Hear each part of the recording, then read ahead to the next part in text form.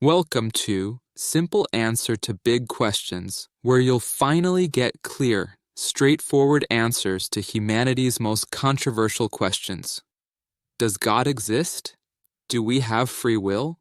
What is the afterlife? These debates have raged for centuries, but we're here to cut through the noise. In each episode, we'll show you 5 of the most popular arguments from scientists, philosophers, celebrities, and famous people, presented simply, so you can decide for yourself. Let's get started. Today's big question is free will, fact or fiction? Before we dive into the arguments, let's set the stage.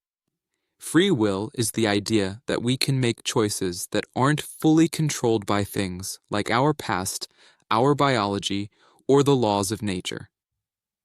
It's the belief that we're the ones steering the ship of our lives, picking our own paths. This question matters because it touches everything: how we judge right and wrong, how we live our lives, even how we see ourselves. If free will is real, we're responsible for our actions. If it's not, what does that mean for us? Today, we'll hear 5 perspectives from a philosopher, a neuroscientist, another philosopher, a physicist, and a spiritual leader to help you figure it out. Argument 1. Libertarianism, free will exists. Some folks believe we're truly free to choose, no strings attached. That's the heart of libertarianism, not the political kind, but a philosophical idea that says free will is real and vital. Person: Robert Kane, philosopher. Robert Kane is a modern philosopher who spent years digging into free will and ethics. He's one of the big names defending this view. Explanation: Kane says free will isn't just a feeling, it's a fact. He argues that we have what he calls self-forming actions. These are big, life-shaping choices where we could go one way or another, and nothing forces our hand. Think about a time you were stuck between 2 tough options, like picking a college major, say art or engineering.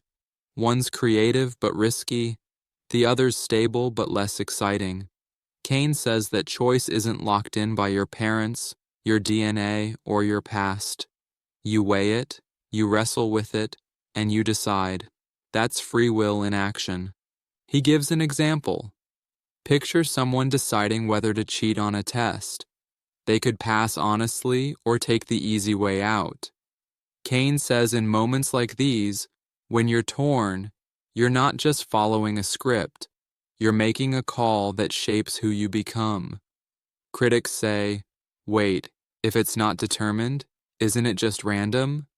Kane fires back that it's not random either. Your effort and reasoning tip the scales. It's like planting a seed that grows into your future self. For Kane, this freedom is why we can own our actions, good or bad.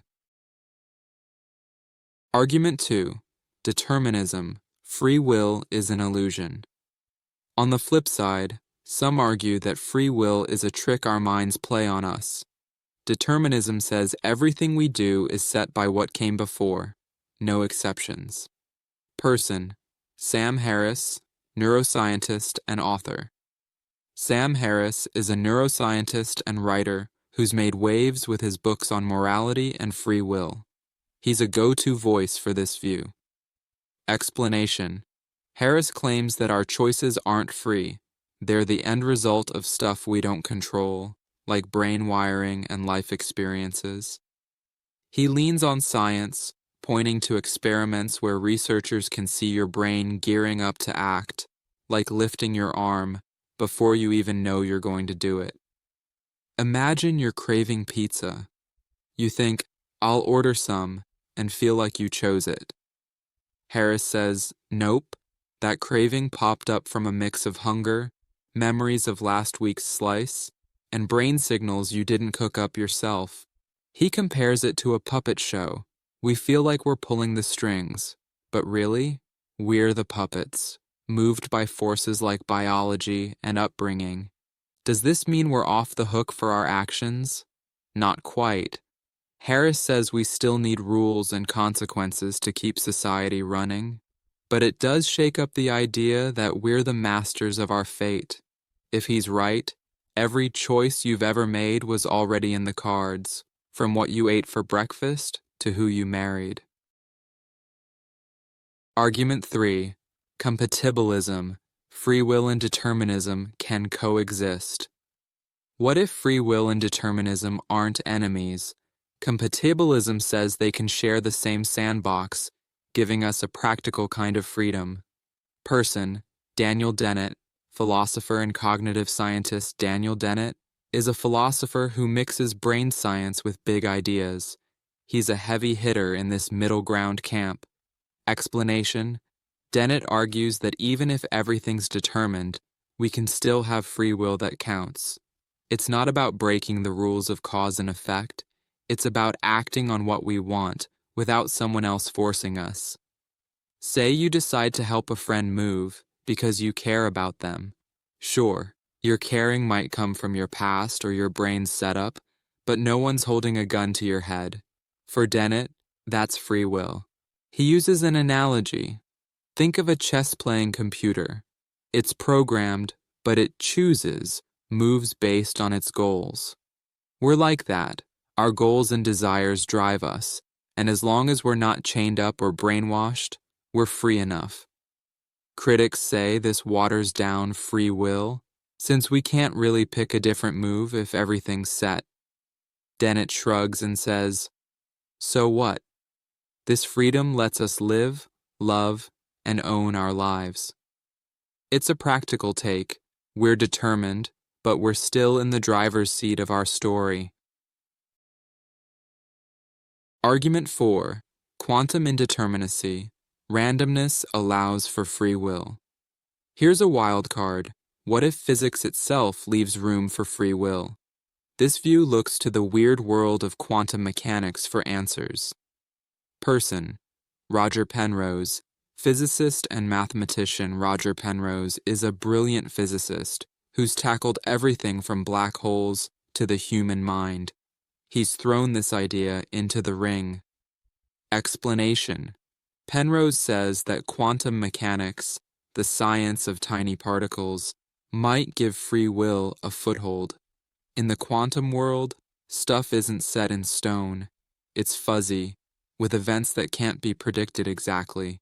He thinks this fuzziness might happen in our brains too, tied to how we think and choose. Imagine you're picking between coffee or tea.